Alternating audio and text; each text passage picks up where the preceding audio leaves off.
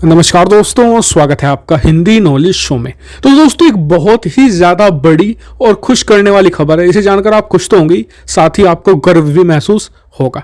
दरअसल भारत की तरफ से एक ऐसे हथियार का ऐलान किया गया है जो बहुत ही यूनिक है। यूनिक इसलिए कि ये हथियार ऑफेंसिव और डिफेंसिव दोनों तरीके के जो हथियार होते हैं दुश्मन के, उन्हें ध्वस्त कर सकता है। यानी कि ऐसे हथियार जो लड़ाकू भी हो और ऐसे हथियार जो रक्षक भी हो।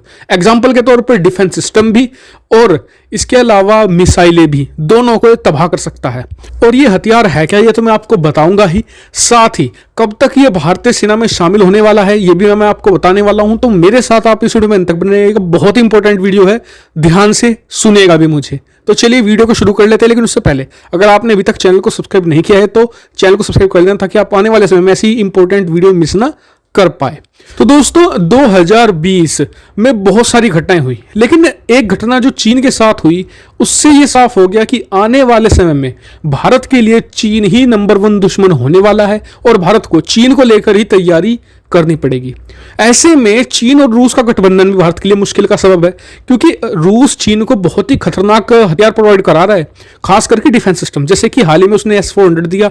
इसके अलावा आने वाले समय में बताया जाता है कि S-500 भी देगा वो चाइना को। और इसके अलावा चीन खुद की भी कुछ छोटे मोटे डिफेंस सिस्टम क्रिएट कर रहा है।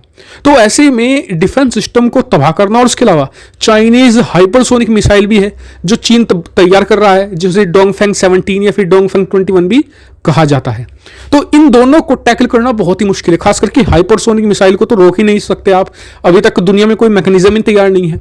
वहीं जो S-400 सिस्टम है या फिर S-500 आने वाले समय में 2-3 सालों में तैयार हो जाएगा, तो उसे भी रोक पाना बहुत ही मुश्किल काम होगा, क्योंकि दोनों ही बहुत ही लेथल हथियार हैं।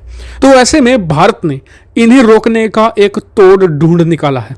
और सबसे अच्छी बात यह है कि भारत ने सारी एजेंसी को कह दिया है कि सारे काम रोक दीजिए, सब इसे बनाइए। जी हाँ, क्योंकि ये बहुत इंपॉर्टेंट है और इसके लिए इमरजेंसी फंड भी जारी कर दिया गया है। तो क्या है हथियार, कैसे काम करता है, वो मैं आपको बताता हूं। तो इस हथियार का नाम है स्वार्म ड्रोन। स्वार्म मतलब कि झुंड में चलने वाले बहुत सारे ड्रोन।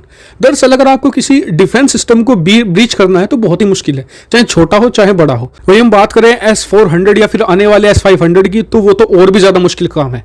लेकिन हर एक चीज की कुछ ना कुछ कमी जरूर होती है, चाहे वो कितनी परफेक्ट क्यों ना हो। डिफेंस सिस्टम की भी कमजोरियां होती हैं, चाहे वो बड़ा हो चाहे छोटा भी हो। कमजोरी होती है कि ये लिमिटेड नंबर में टारगेट को हिट कर सकते हैं, यानी कि कुछ 10 की संख्या में, 15 या 20 की संख्या में ही ये एक बार में किसी जो टारगेट को हिट कर सकते हैं, उससे ज्यादा कोई हिट नहीं कर सकते। डिटेक्ट कर लेंगे, लेकिन इतनी मिसाइलें लॉन्चर इनके पास होते ही नहीं है।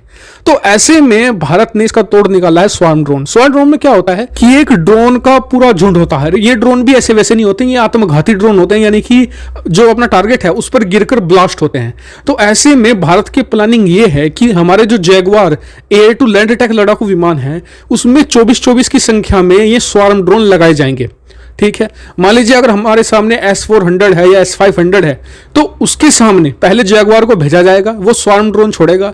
वो कितने S-400 S-500 के लिए पहले तो डिटेक्ट कर पाना मुश्किल होगा, क्योंकि ड्रोन बहुत छोटे होते हैं, इन्हें रडार पर पकड़ पाना बहुत मुश्किल है। लेकिन अगर पकड़ भी लिया तो मुश्किल से 15-20 को ये डिटेक्ट कर पाएंगे या फिर मार गिरा पाएंगे, लेकिन ज्यादातर तो अपने टारगेट पर आसानी से पहुंच ही जाएंगे। और यही भारत की स्ट्रैटेजी है जो बहुत ही कामयाब भी होने वाली है। इसके अलावा बताया जाता है कि जो स्वार्म ड्रोन की अच्छी कैपेबिलिटी ये भी होने वाली है आने वाले समय में कि हाइपरसोनिक मिसाइलों को भी रोक सकते हैं।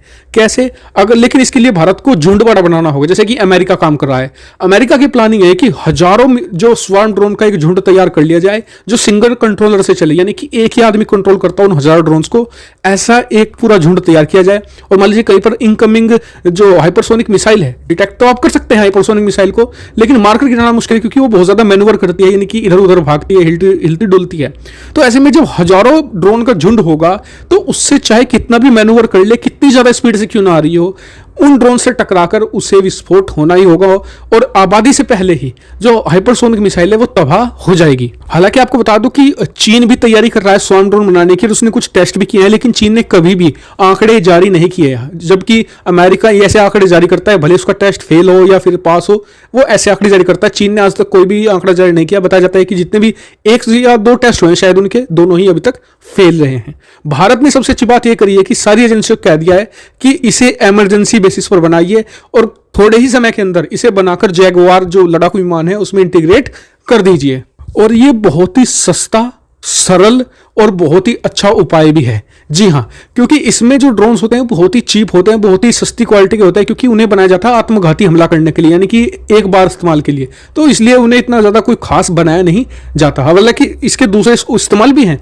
आप डिजास्टर में या फिर जैसे कि कहीं पर अर्थक्वेक आ गया, वहाँ पर तेजी से मेडिकल हेल्प पहुंचाने के लिए, असिस्टेंट पहुंचाने के लिए, निगरानी रखने के लिए इनका इस्तेमाल कर सकते हैं। लेकिन उसके लिए आपको ड्रोन की क्वालिटी थोड़ी अच्छी बनानी होगी, क्योंकि उसे आपको बार बार इस्तेमाल करना होगा। तो दोस्तों, इसी उम्मीद के साथ कि भारतीय जो एजेंसियां इसे बनाने में कामयाब हो जाएंगी, निश्चित तौर पर हो जाएंगी, तो उसके लिए उन्हें शुभकामनाएं। आपको क्या लगता है इसके बारे में, अपने थॉट कमेंट करके जरूर बताएगा। साथ ही चैनल को सब्सक्राइब करना बिल्कुल मत भूलिएगा, ऐसी बहुत सारी defence, foreign policy, finance related video के लिए। Thank you for watching video.